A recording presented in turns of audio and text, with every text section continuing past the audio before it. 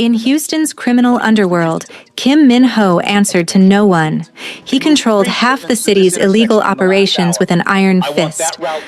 Trust was a luxury he couldn't afford. So when his new maid started leaving his penthouse every night at exactly 9:47 p.m. carrying bags she never brought in, his instincts screamed betrayal. For 26 days, he watched. For 26 nights, his suspicion grew darker. Was she stealing his money? Selling his secrets to rival gangs? On the 27th night, he followed her into Houston's most dangerous neighborhood, gun-loaded, ready to end the threat. What he discovered didn't just shock him. It shattered everything he thought he knew about power. Kim Min-ho built his empire on one unbreakable rule. Everyone is either an asset or a threat. At 46, he'd survived 3 decades in organized crime by trusting his paranoia more than his people. His network controlled gambling, protection rackets, and smuggling operations across Houston. Rivals feared him. Police avoided him.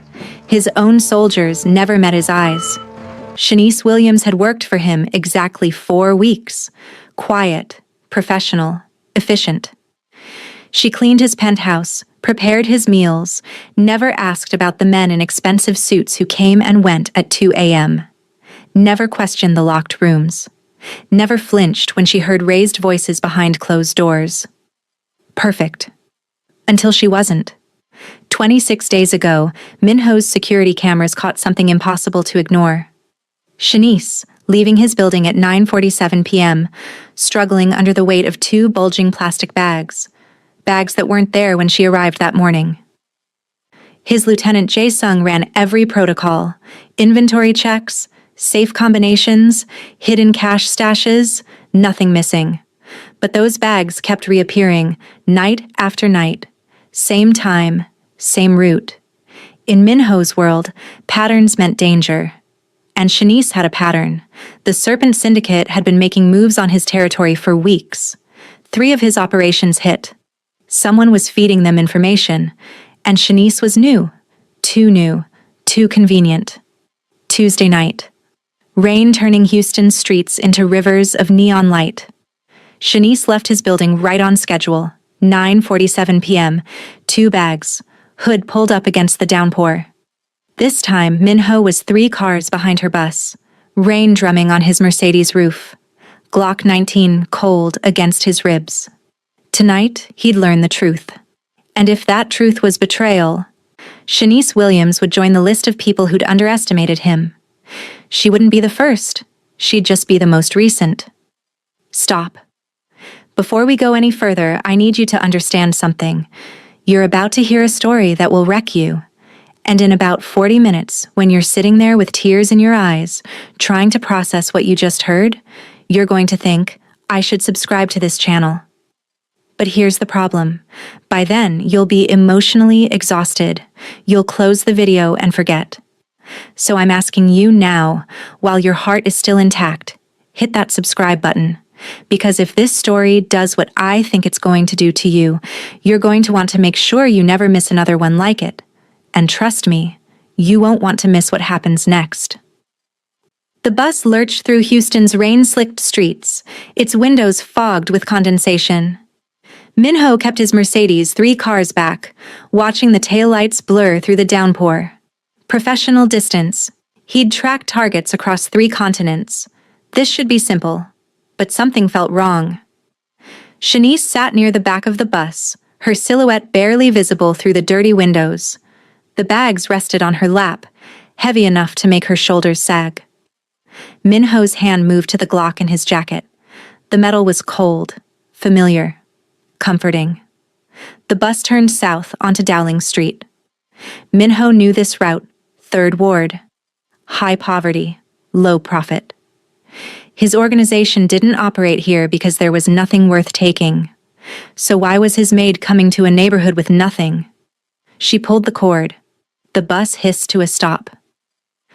Min-ho parked half a block back, killed the engine. Rain hammered the roof like bullets. He watched Shanice step off the bus, pulling her hood up against the storm. The bags made her movements awkward, unbalanced. She didn't look around for a tail, Didn't check for surveillance. Either she was very good or very innocent. He needed to know which. Minho followed on foot, staying in shadows that the streetlights couldn't quite reach. His shoes were Italian leather, ruined now by puddles and trash-strewn gutters. The neighborhood pressed in around him. Boarded windows, tagged walls.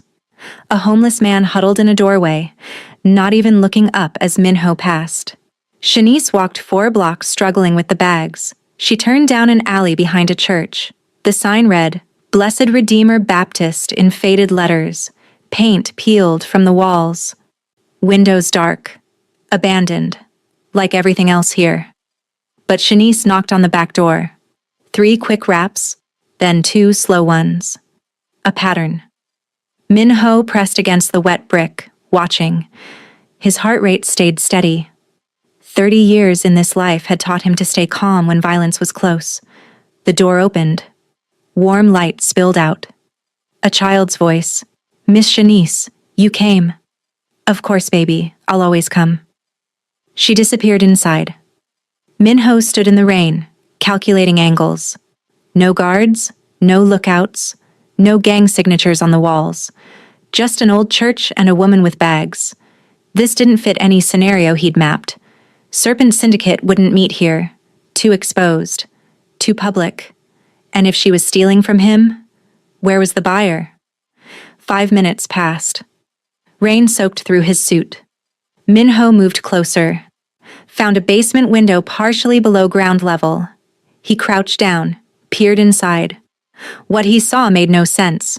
Children, maybe 20 of them, ranging from toddlers to teenagers. Single mothers at folding tables.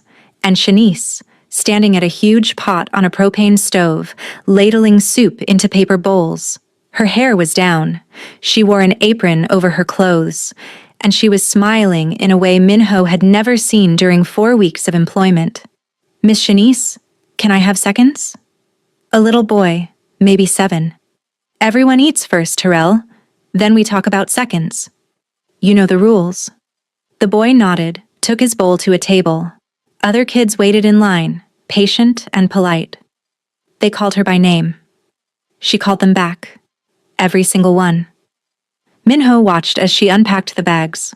Not stolen cash, not intelligence files, groceries, bread, vegetables, rice, canned goods, the things she'd bought with her own money, the things he'd suspected were evidence of betrayal. An older woman approached Shanice, hugged her. Bless you, child. These babies were hungry tonight. Minho's hand was still on his gun. He'd come here ready to kill a traitor. Instead, he'd found something he didn't have words for. Something he hadn't seen in 3 decades of violence and control. Someone genuinely good. The rain continued to fall. Minho stayed frozen at the window, a man who'd killed for less than a wrong look, watching a woman give everything for a child's meal. The gun in his jacket suddenly felt heavier than it ever had. Inside, a teenage boy helped Shanice serve. Miss Shanice taught me to cook, he said to one of the mothers. Pride in his voice. Purpose. Minho had built an empire on reading people. Everyone had an angle. Everyone wanted something: power, money, revenge, survival. But watching Shanice move through that basement, serving children who had nothing, calling them by name, celebrating their small victories, he couldn't find the angle. She didn't want anything except to help. It terrified him more than any rival ever had. Because if Shanice Williams could spend 3 years feeding hungry children with money she didn't have, simply because someone has to, then everything Minho believed about human nature was wrong. And if he was wrong about that, what else had he been wrong about? The question sat in his chest like a stone. He stood up, rain streaming down his face. His Mercedes waited in the darkness. He could leave now. Forget this. Let her keep her secret and continue his paranoid existence, suspicious of everyone, trusting no one. But something held him there. Minho looked through the window one more time. Shanice knelt beside a little girl, maybe 6 years old. She brushed the girl's hair back from her face with such tenderness that Minho felt something crack in his chest. The girl hugged Shanice, and Shanice closed her eyes like she was holding something precious and fragile. For the first time in 30 years, Kim Minho didn't know what to do next. Minho couldn't leave. He told himself it was professional curiosity, gathering intelligence, understanding potential threats. But he'd been lying to himself for 3 decades. Why stop now? He watched through the window for another hour. Watched Shanice interact with each child like they mattered. Like their small victories were worth celebrating. A mother got a job. Shanice cheered like she'd won the lottery. A kid passed a math test. Shanice gave him extra cornbread, made him promise to keep trying. The children were mostly Black and Latino, clean but wearing worn clothes. They respected Shanice in a way Minho's soldiers never respected him. His men feared him. These children loved her. Around 11, families started leaving with containers of leftovers. They thanked Shanice quietly, some with tears in their eyes. She hugged each one, told them to stay strong, promised she'd be back next week. The teenage boy stayed behind, helping clean up, washing dishes in a small sink. Shanice dried them, stacking plates carefully. Minho made a decision. He needed answers. His footsteps echoed on the basement stairs. Shanice froze mid-wash, hands still in the soapy water. She turned slowly. Recognition flashed in her eyes, then fear. "Mr. Kim." Her voice was steady, but her hands trembled. The teenager, DeAndre she'd called him, tensed like he was ready to fight. Protective. Minho noted that. "How long have you been out there?" Shanice asked. "Long enough." Silence. Minho stood in his expensive suit, soaking wet, completely out of place in this basement church.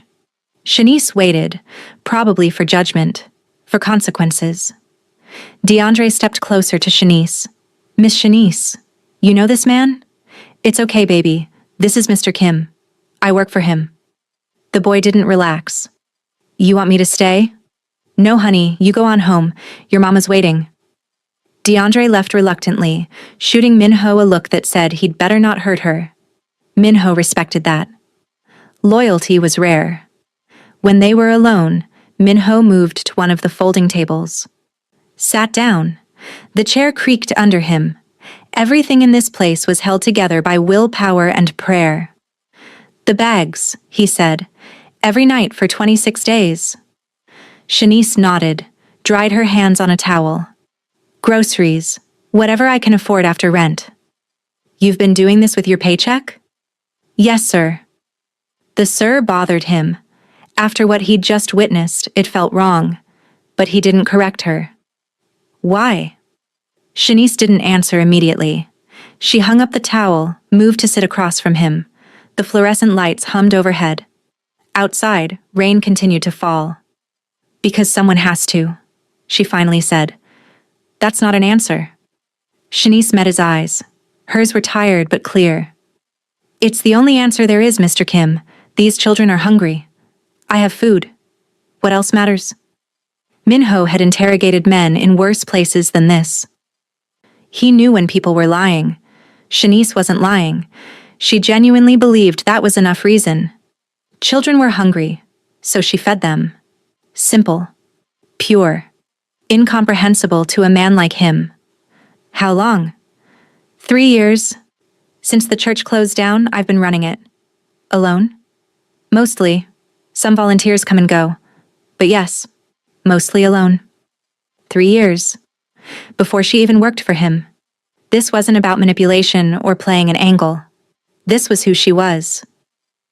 "Are you going to fire me?" The question caught him off guard. For feeding hungry children? For using work time to buy groceries? For lying about where I go? Minho realized she thought this was the end, that he'd come here to punish her for having the audacity to be kind. "No," he said. Relief washed over her face. "Thank you, Mr. Kim. But I have questions." "Okay. Tell me about these children." Shanice looked surprised, then wary. Was this a trap? But Minho waited, and eventually she started talking. Terrell, 6 years old. Mother worked at the hospital. Father in prison. Lakeisha, 9. Brilliant at math but no money for school supplies. DeAndre, 16. Wanted to be a chef but had no path to culinary school. The Martinez twins, 12. Mother cleaned houses. Father deported last year. She knew every name, every story, every struggle. Minho listened without interrupting. He'd built his empire by knowing everyone's weakness, everyone's pressure point. But listening to Shanice catalog the struggles of families in Third Ward, he realized something uncomfortable. His organization had never even noticed these people existed. They had nothing worth taking, so they were invisible. These people aren't on anybody's radar, Shanice said. Not police, not social services, not churches with money. Just forgotten. Why you? Minho asked. Why is this your responsibility? Shanice went very quiet, her hands folded on the table. When she spoke, her voice was softer. It's not. But I understand what it's like to be forgotten. She didn't elaborate. Minho didn't push. He understood secrets. The clock on the wall read 1:15 a.m. Shanice stood. I should go. Early shift tomorrow. I'll drive you home. That's not necessary. It's 1:00 a.m. in Third Ward. I'm driving you. Something in his tone said there was no argument. Shanice grabbed her coat, her empty bags. They walked to his Mercedes in silence. The drive was quiet. Minho navigated through empty streets, past the territories he controlled. Shanice lived in a small apartment building, bars on the windows, paint peeling from the walls. He pulled up to the curb. Thank you, Mr. Kim.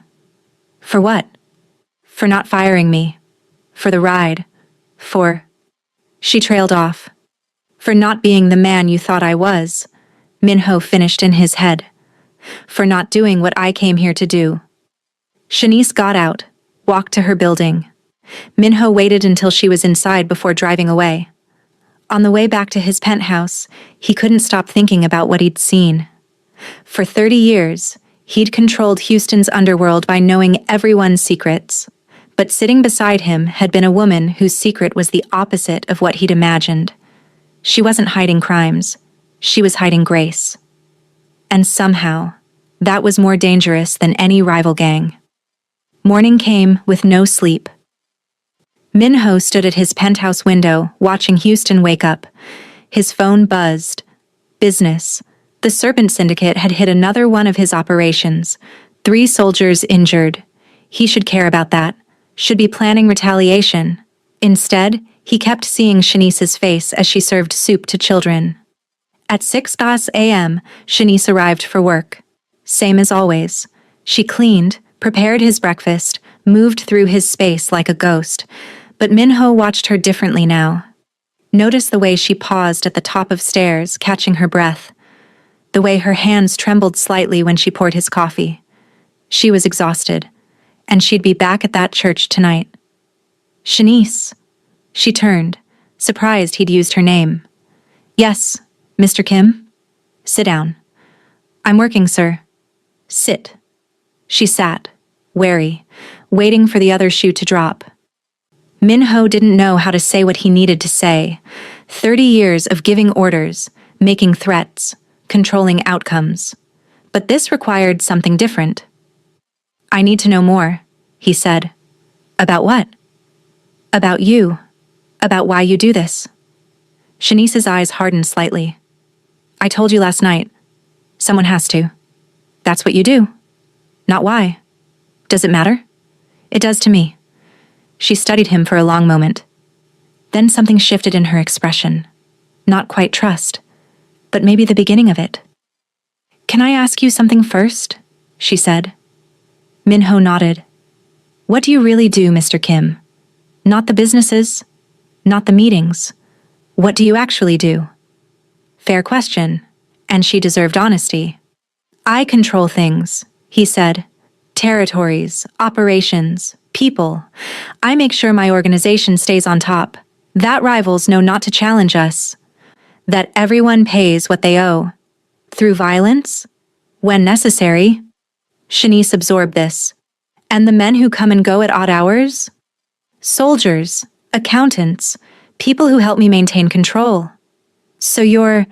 She didn't finish. What people in Third Ward would call a gangster. Yes. He expected judgment, disgust. Instead, Shanice just looked sad. I thought you might be, she said quietly. The guns. The way people move around you. Like they're afraid. Most people should be afraid of me. Should I be? The question hung between them. Minho thought about the gun he'd carried last night, the violence he'd been ready to commit, the assumption that she was his enemy. No, he said. You shouldn't be. Why not? Because you're not my enemy. And I don't hurt people who aren't my enemies. What about people who are just in the way? The question cut deeper than she probably knew. Minho had hurt plenty of people who were just in the way. Collateral damage. The cost of doing business. I'm trying to be better about that, he said. Shanice almost smiled. Trying. That's something, I guess. They sat in silence. Minho's coffee grew cold. Outside, the city moved through its routines. People going to work, living their lives. Unaware that 30 floors above them, a crime lord and a maid were having a conversation that might change everything. My daughter died 3 years ago, Shanice said suddenly. Her name was Amara. She was 6 years old. Minho went very still. Someone took her. Took my husband too. They wanted money I didn't have. And when I couldn't pay, her voice cracked. They killed them both. Right there on the phone. I heard it happen. Minho felt something cold settle in his stomach. The police tried. They really did. But the case went cold. No arrests, no justice. Just gone. My whole family, because I couldn't afford $200,000. Who took them? Gang called Los Demonios. Fifth Ward operation. They do kidnapping for ransom. Target poor families who can't pay. Kill them when the money doesn't come. Minho knew Los Demonios. Knew their leader, Ricardo Morales. Knew their business model. It was effective if you had no conscience. That's when I started at the church, Shanice continued. 3 weeks after the funeral. I couldn't save Amara, but I could save other children. Make sure they didn't go hungry. Make sure they had someone who cared. Every child you serve is the child I couldn't save? Yes. The truth of it hung in the air. Shanice wasn't doing charity work. She was doing penance, grief, love with nowhere else to go. I'm sorry, Minho said. The words felt inadequate. Don't be sorry. Just don't fire me for trying to help. I won't. Shanice stood, back to work, back to being invisible. But Minho stopped her. Tonight, at the church, I'd like to help. She turned surprised. Help how? However you need. I can carry bags, serve food, whatever. Why? Because you're doing it alone, and you shouldn't have to.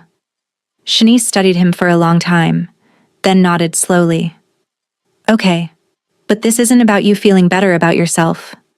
These people need real help, not charity from someone trying to ease their guilt. Understood. She left to continue cleaning. Minho returned to his window and started planning something he'd never planned before. Not revenge, not territory expansion, not violence, justice. Minho called Ji Woo his intelligence specialist. I need everything on Los Demonios. Everything. Boss, they're not in our territory. Why? I didn't ask for questions. Yes, boss. By noon, Ji Woo delivered a file. Thick, detailed. Minho read it alone in his study. Door locked. Los Demonios, led by Ricardo El Diablo Morales. Operations in Fifth Ward and East End. Primary income. Kidnapping for ransom. Targeting low-income families. Success rate, high. Conviction rate, 0. Police couldn't touch them. Witnesses too scared to talk. 47 kidnappings in 3 years. 3 families got their loved ones back alive. 31 ended in murder. 13 still missing. Presumed dead. Amara Williams wasn't the first child they'd killed for money. She wasn't even the 10th. Min-ho kept reading. Found the police report from May 15, 2021. David Williams, 32. Amara Williams, 6. Abducted outside their apartment. Ransom demand, $200,000. Shanice raised $8,000 in 36 hours. Not enough. The ransom call transcripts made his stomach turn. Shanice begging. Amara crying in the background. Mommy, I want to come home. Then gunshots. Then screaming. Min-ho had to stop reading. Put the file down. He'd ordered executions. Watched men die. Delivered violence without mercy. But reading about a 6-year-old girl begging for her mother while she was being murdered, that crossed lines even he had. He picked up the file again. Forced himself to finish. Bodies found in an abandoned warehouse. Execution style. Crime scene photos showed exactly what Los Demonios did to people who couldn't pay. David Williams, Amara Williams. Forever 6. Police investigation went nowhere. Case went cold after 6 months. No arrests. No justice. Los Demonios still operating freely. Min-ho pulled up his organization's intelligence on the gang. 12 members involved in the Williams kidnapping. All still alive. All still active. Ricardo El Diablo. Morales, leader, ordered the hit. Miguel Santos, triggerman, shot David. Carlos Vega, triggerman, shot Amara. 9 others. Lookouts, drivers, enforcers. Min-ho made a list. Names, addresses, routines, vulnerabilities. Then he called Jae-sung. War room. 1 hour. Don't tell anyone why. That evening, Min-ho drove to Shanice's apartment. Waited in his car. At 9:15, she left with her bags, headed to the church. He followed again, parked outside Blessed Redeemer. Watched through the window as she served dinner to children. One little girl, maybe 6 years old, the same age Amara would be now. Shanice knelt beside her, brushed her hair back tenderly. The girl hugged her. Shanice closed her eyes, holding her like something precious and fragile. Min-ho sat in the rain and understood something fundamental. Shanice had spent 3 years feeding other people's children because she couldn't save her own. Every meal was a memorial. Every child was Amara's echo. And the men who'd murdered her family were walking free. Laughing. Living their lives like Amara Williams never existed. Min-ho pulled out his phone. Texted Ji-woo. Full target packages on every Los Demonios member involved in the Williams kidnapping. Names, addresses, routines, vulnerabilities, everything. Ji-woo. Boss, what are we planning? Min-ho looked at Shanice through the window. Watched her serve soup with that heartbreaking smile. He typed back. Justice.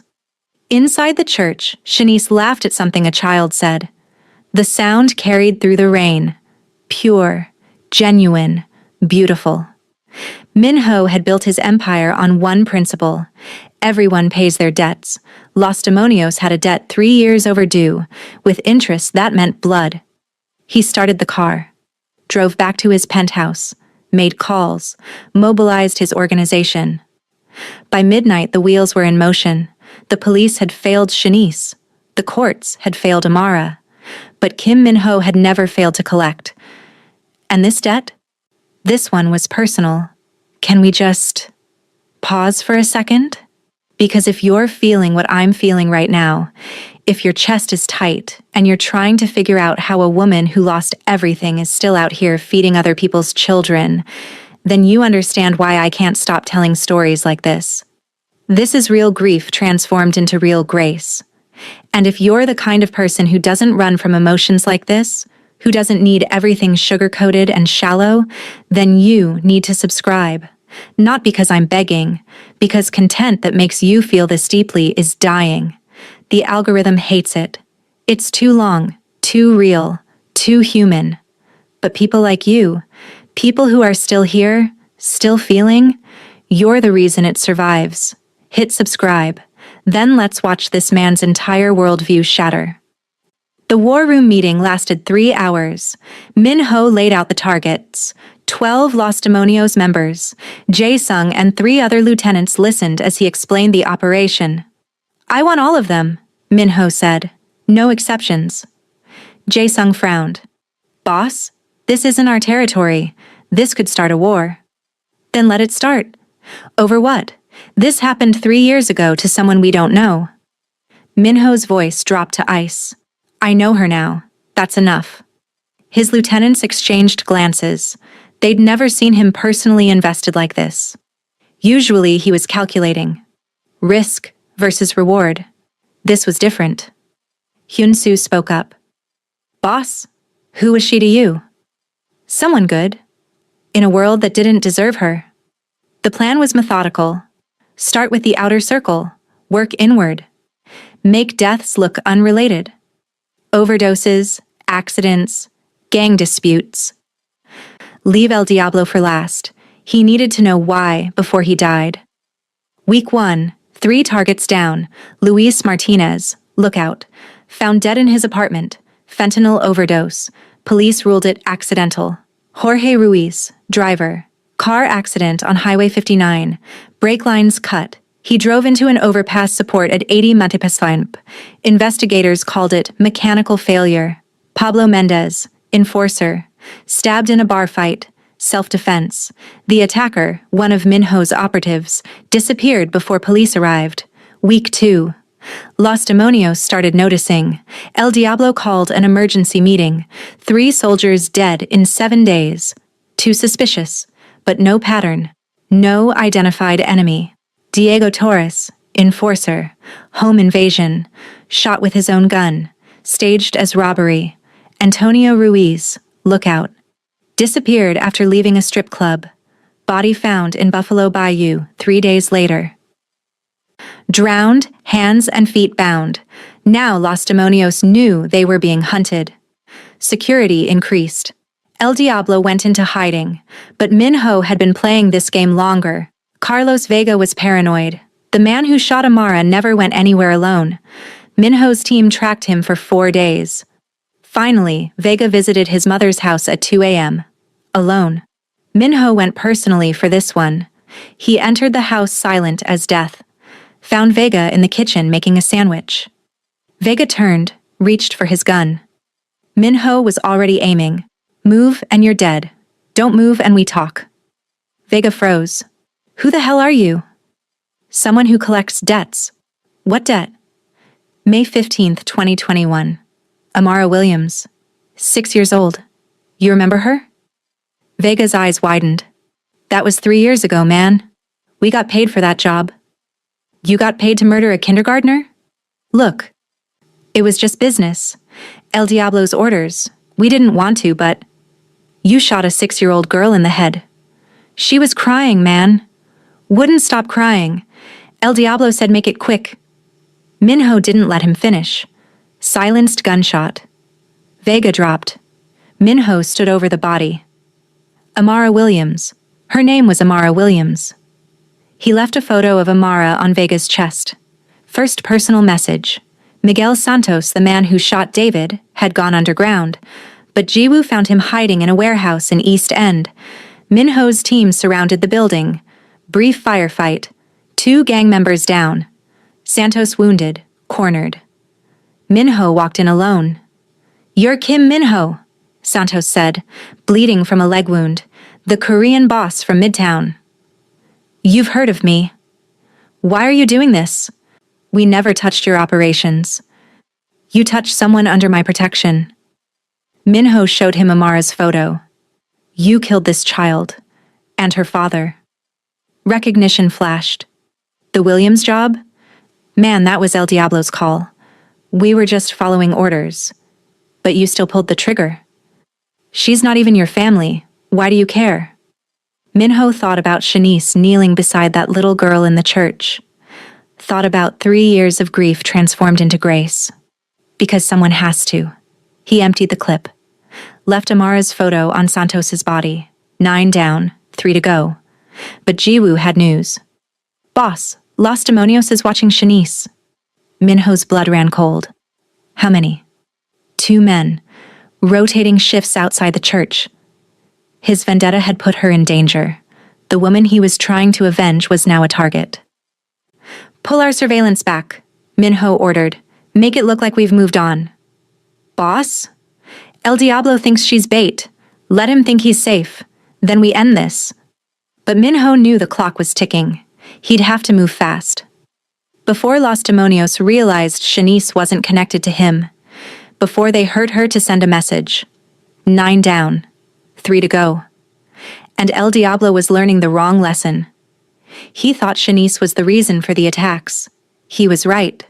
But he didn't understand she wasn't bait. She was everything. Shanice arrived for work looking exhausted, 3 weeks into Minho's hunt. She hadn't noticed the news. Too busy feeding children to watch TV.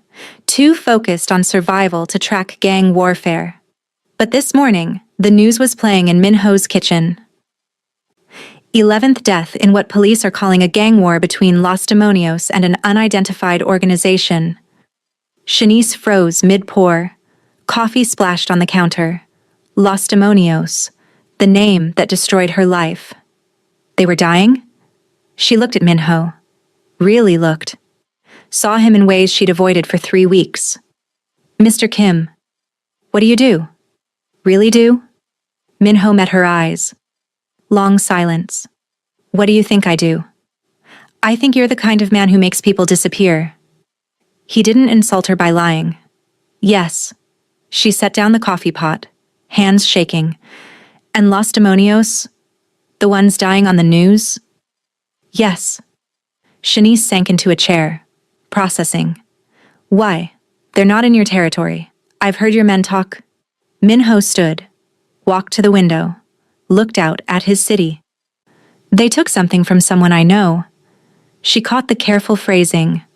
"Someone you know, not someone you do business with." "No." Her voice dropped to a whisper. "What did they take?" "Everything." "From who?" He turned to face her. "From you." Shanice went pale. "How do you know?" "I know everything about people in my life. I had you investigated." Anger flashed. "You had no right." "I had every right. You work in my home, but that's not why I looked." "Then why?" "Because I followed you to the church, saw you feed those children, saw you smile at a 6-year-old girl the way a mother smiles at her daughter, and I needed to know why."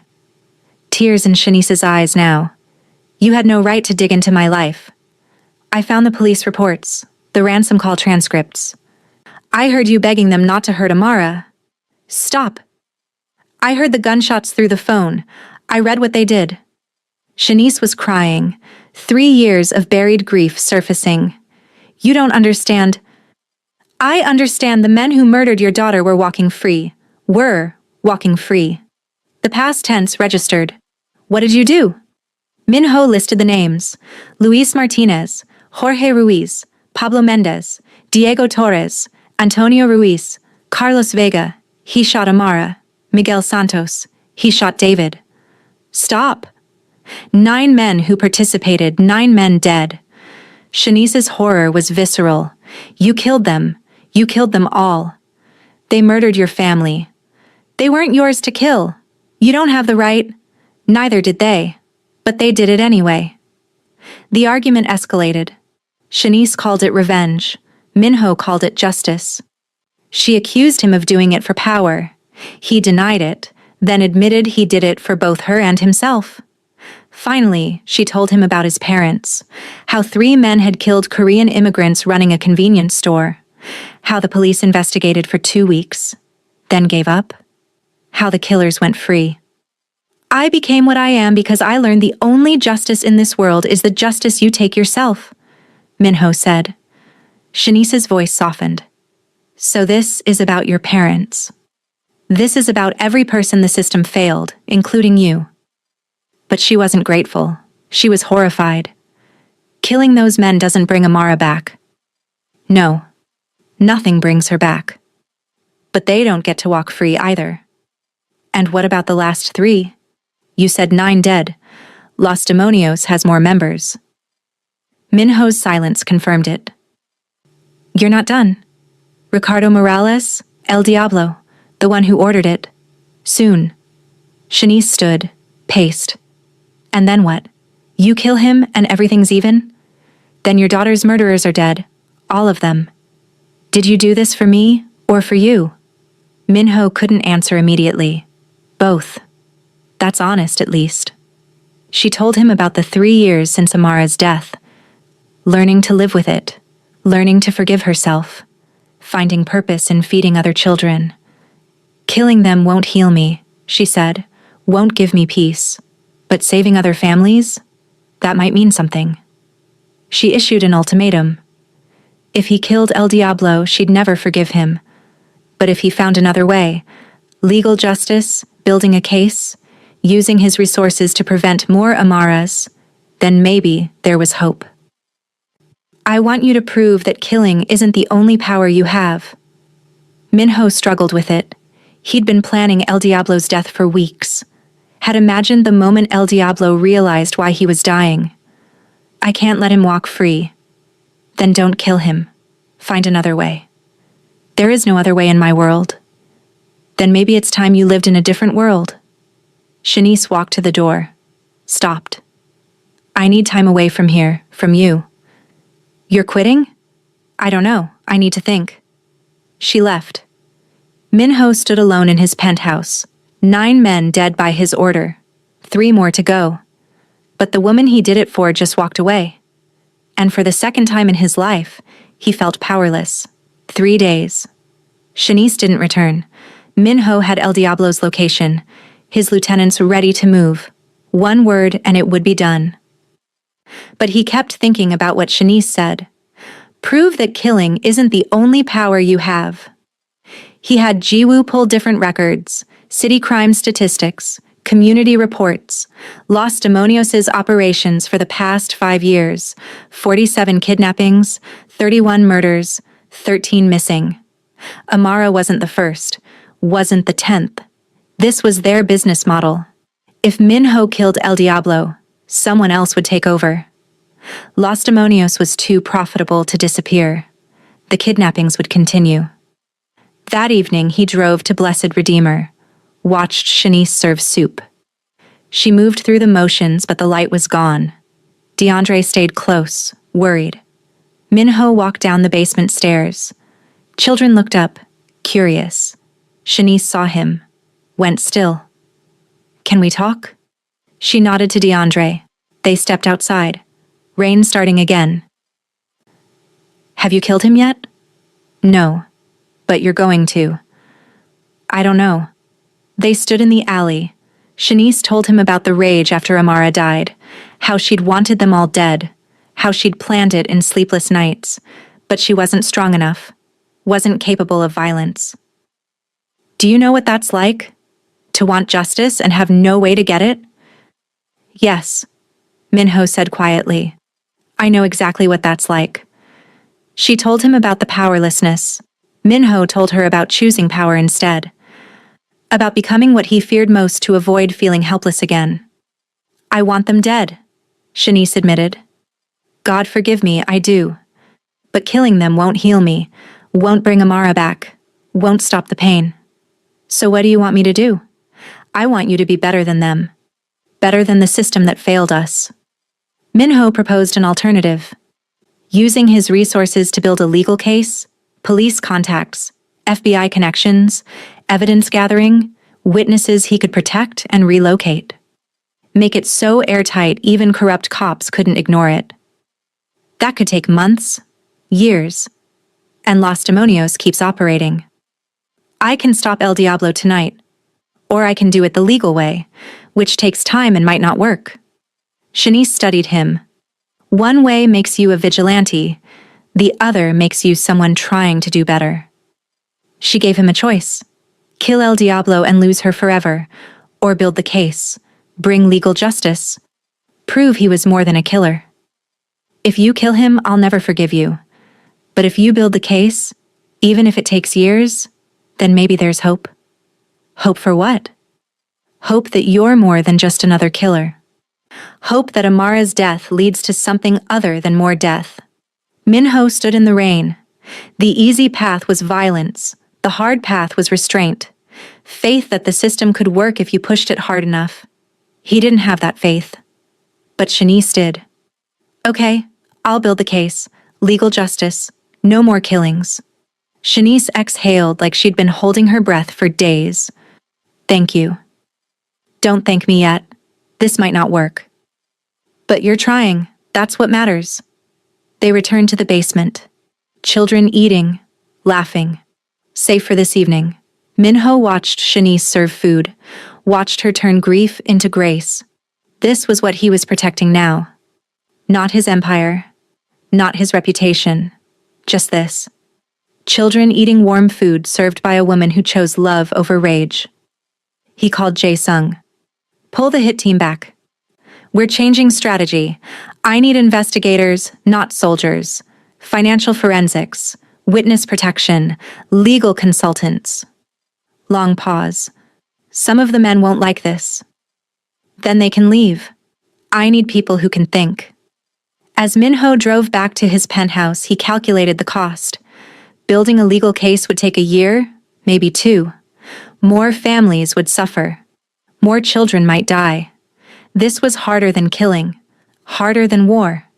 It required faith in a system that had failed him. He didn't have that faith. But Shanice did. And for reasons he was still understanding, that was enough. 2 months in. Minho assembled a team. Retired FBI agent on payroll, forensic accountant, private investigators. Jae-sung stayed loyal. Ji-woo stayed because the challenge interested him. 4 lieutenants walked away. Thought he'd gone soft. The forensic accountant, Robert Chen, found the money trail. Los Demonios laundering ransom payments through car washes and restaurants. $4.2 million in 3 years. 47 kidnappings. Prosecutable. Minho identified 12 surviving families, victims too terrified to testify. He offered relocation, new identities, financial support. 3 families agreed. El Diablo retaliated, sent soldiers to intimidate witnesses. Firebombed one family's house. They escaped barely. Minho moved all witness families to safe houses, guarded 24/7. Expensive, resource-intensive. His organization bled money. Hyun-soo confronted him. Boss, we're not social workers. We're soldiers. We're whatever I say we are. This isn't what I signed up for. We're losing respect. Other gangs think we're weak. Let them think what they want. Hyun-soo left. Minho didn't stop him. The remaining team was smaller but focused. Shanice visited occasionally. Minho showed her the evidence, financial records, witness testimonies, pattern of kidnappings. This is really happening. You're actually building a case. I made a promise. You could have broken it. I'd have known. But the FBI said it wasn't enough. They needed direct connection between El Diablo and violence. Either him on tape ordering a hit, or someone from his inner circle flipping. Ji-woo found the weak link. Mateo Vega, Carlos Vega's younger brother. Low-level Los Demonios. Wasn't involved in Amara's kidnapping, but his brother's death shook him. Minho met Mateo in a parking garage. Alone. You killed my brother. Your brother killed a 6-year-old girl. He was following orders. So are you. How many more children die before you stop following? Minho made an offer. Testify. Wear a wire. Record El Diablo ordering hits. Build a case that puts him away for life. In exchange, witness protection, new identity, new city, new life. Mateo hesitated. My girlfriend's pregnant. 3 months. Then choose different for your kid. Mateo agreed. Agent Williams fitted the wire. Mateo went into a meeting with El Diablo. Minho, Jae-sung, and Williams listened from a surveillance van 2 blocks away. The conversation was gold. El Diablo admitting to ordering the Williams hit. That bitch couldn't pay, so her family paid different. Cough up the money or cough up blood. He laughed about it. Said 6 years old didn't matter. Should have paid faster. We got him, Agent Williams said. Direct admission. This is enough for life in prison. 2 weeks later, FBI raided Los Demonios safe houses simultaneously. El Diablo, his lieutenants, 14 soldiers arrested. Seized $1.3 million, weapons, financial records. Media coverage. Massive gang bust in Houston. Minho brought Shanice a newspaper. Ricardo Morales arrested in connection with 47 kidnappings. She read it twice, hands shaking. He's really arrested. Facing 23 counts of murder, 47 counts of kidnapping, RICO charges. He'll never see daylight again. Tears streamed down Shanice's face. Amara gets justice. She gets justice. Minho had spent significant resources, money, time, personnel. His organization was smaller, reputation damaged. Some rivals thought he was weak, but Los Demonios was destroyed legally. El Diablo wouldn't be replaced because he was in prison, not dead. And Shanice was crying tears of relief instead of grief. This didn't feel like his other victories. It felt smaller and larger at the same time. That was victory, not conquest, healing. Before we see what Minho chooses, I want you to think about what you've just witnessed. A woman who lost her child, who heard her baby's last moments over a phone, and instead of drowning in rage, she's been feeding other people's children for 3 years. Just think about that. Now ask yourself, what kind of person are you? Are you someone who witnesses that level of grace and walks away unchanged? Or are you someone who says, that matters. I want more of that in my life. I want to support stories that remind me what we're capable of. Subscribing takes 2 seconds. Costs you nothing. But it tells the universe, and it tells me, that beauty like this deserves to exist. Don't be the person who felt everything and did nothing. Subscribe. Then let's find out if a killer can choose mercy. 3 months after El Diablo's arrest, Minho drove Shanice to an empty building in 3rd Ward. What is this? Yours, if you want it. Former community center, 15,000 square feet. Kitchen, dining hall, classrooms, medical clinic space. Minho had purchased it. I thought we could expand what you're doing. Shanice stared. I can't afford this. I can. Consider it my investment in making sure what happened to Amara doesn't happen to other children. He proposed the Amara Williams Foundation. Shanice's breath caught at her daughter's name. Focus areas: feeding children, supporting single mothers, preventing gang violence, providing resources the system didn't. Using what money? Mine. 30 years of criminal profits. Time to put it towards something that matters. Shanice hesitated. This is blood money. Yes. But money has no memory. It can be cleaned, repurposed, transformed. Her conditions were strict. No gang money directly to the foundation, legal corporation, legitimate income streams. She'd run it completely. Full control. Minho agreed to everything. 6 months of building, renovation, staffing. Shanice hired chefs, social workers, nurses, counselor, paid above market rate. If we value this work, we pay people accordingly. Month 5, soft opening, 60 kids, 30 mothers, hot meals, medical screenings, backpacks with supplies. Shanice spoke about Amara. She didn't get to grow up, but every child who walks through these doors gets a chance to. That's her legacy. Month 6, full operation, serving 150 meals a day, after-school tutoring, free medical clinic, job training for mothers.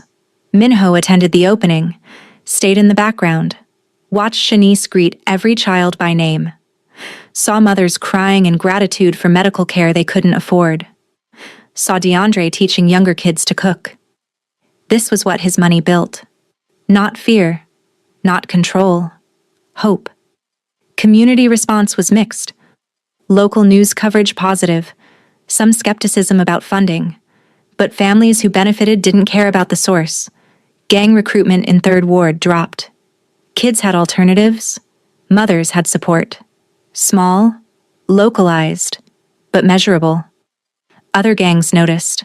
Some mocked him. Others were wary. He's building community loyalty. That's more dangerous than muscle. Minho didn't care about their opinions anymore. Weekly meetings with Shanice to discuss operations. Their dynamic shifted. Not employer-employee, not quite friends, partners.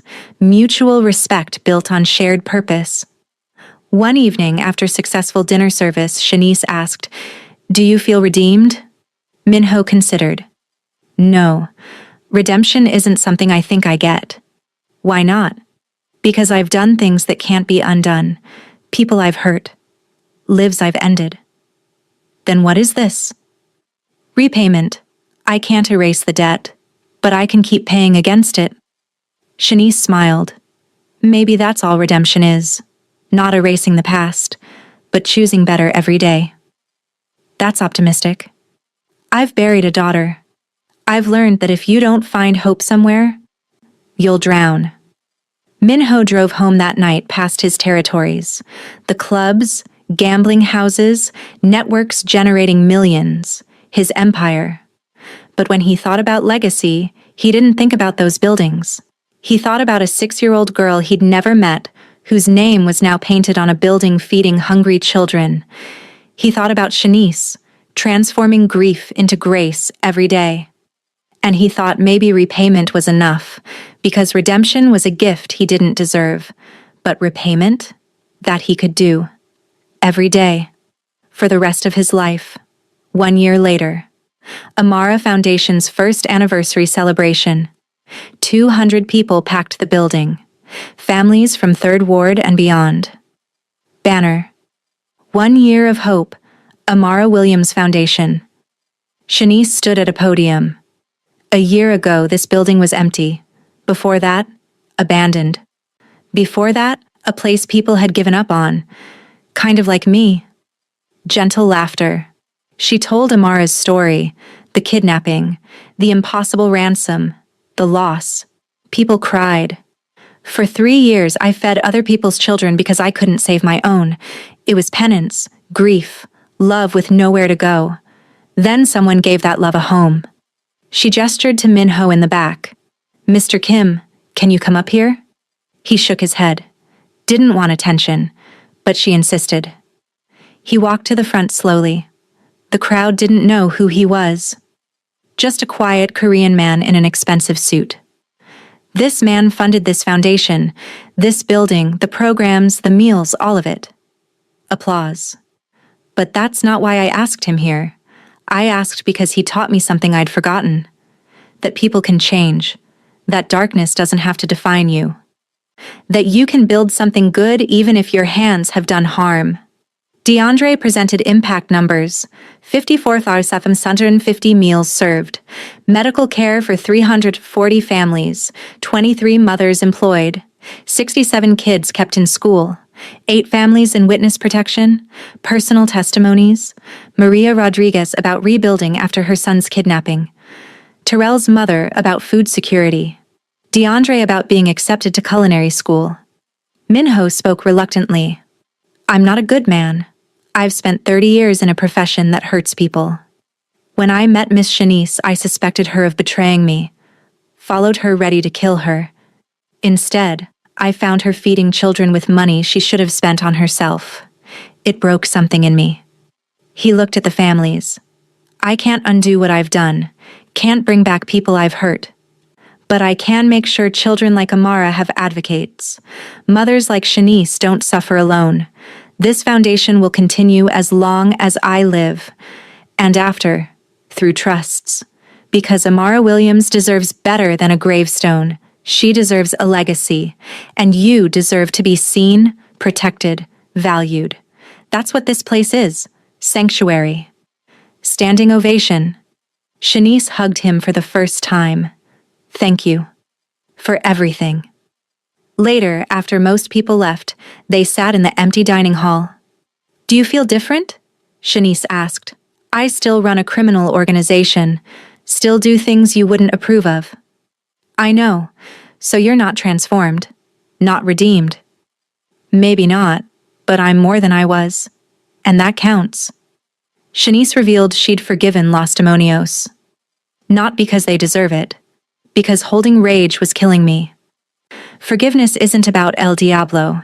It's about choosing peace over poison. Can you forgive yourself? She asked. For the life I chose? The people I hurt? I don't know if I should. Not about should. Can you? I'm working on it. A little girl, maybe 6, appeared, walked up to Shanice. Miss Shanice, my mama said to say thank you for making me feel safe. The girl hugged her and ran back. Shanice stood, tears in her eyes. That's what Amara would be saying right now. If she were here, this is her voice. These children are her voice. They discussed expansion. 2 more locations, 5th Ward and East End, same model. We have a year of proof it works, and you have the money. Minho smiled. Rare. Okay, let's build. Walking through the building, turning off lights, they passed walls covered in children's drawings, photos, thank you notes. One drawing caught Minho's eye. Crude stick figures with capes. Caption: Miss Shanice and Mr. Kim save the day. That's from Terrell. He drew us as superheroes. I'm not a superhero. To him you are. To these families you are. You're a man choosing to protect instead of destroy. That's heroic. They stepped outside into Houston night. The city sprawled around them. Minho's city. But now he saw it differently. Not just territory to control. Communities to protect. People worth defending. You know what I think? Shanice said. I think Amara would have liked you. She'd have liked that her name means something. That children are fed because of her. They're fed because of you. No, because we chose to work together. A grieving mother and a mafia boss. Doesn't make much sense. Nothing about this makes sense. Maybe that's why it works. They stood in front of the illuminated sign, Amara Williams Foundation. Inside, the kitchen clean and ready for tomorrow's meals. Outside, the neighborhood quieter, safer than a year ago. 2 unlikely allies having built sanctuary from brokenness. Minho thought about the 30 years he'd spent asking how much power he could take. Shanice taught him to ask how much good he could do with the power he had. That wasn't redemption. He was still dangerous, still walking in shadows. But every day he chose to be more than his worst self. Every day he chose protection over predation. Every day he chose to honor a 6-year-old girl he'd never met by making sure other 6-year-olds got to grow up. That wasn't redemption. But maybe it was enough. Minho got in his car, drove back to his penthouse, his criminal empire, his other life. But he carried something different now. Purpose. The Amara Foundation would open 2 more locations. More children would be fed. More families protected. And somewhere, in a cemetery in 3rd Ward, a little girl's gravestone read, Amara Williams, forever 6, forever loved, forever making a difference. True power isn't measured by fear or territory. It's measured by how many lives you protect and how many broken pieces you help put back together. Kim Minho learned that lesson 30 years too late, but he learned it. And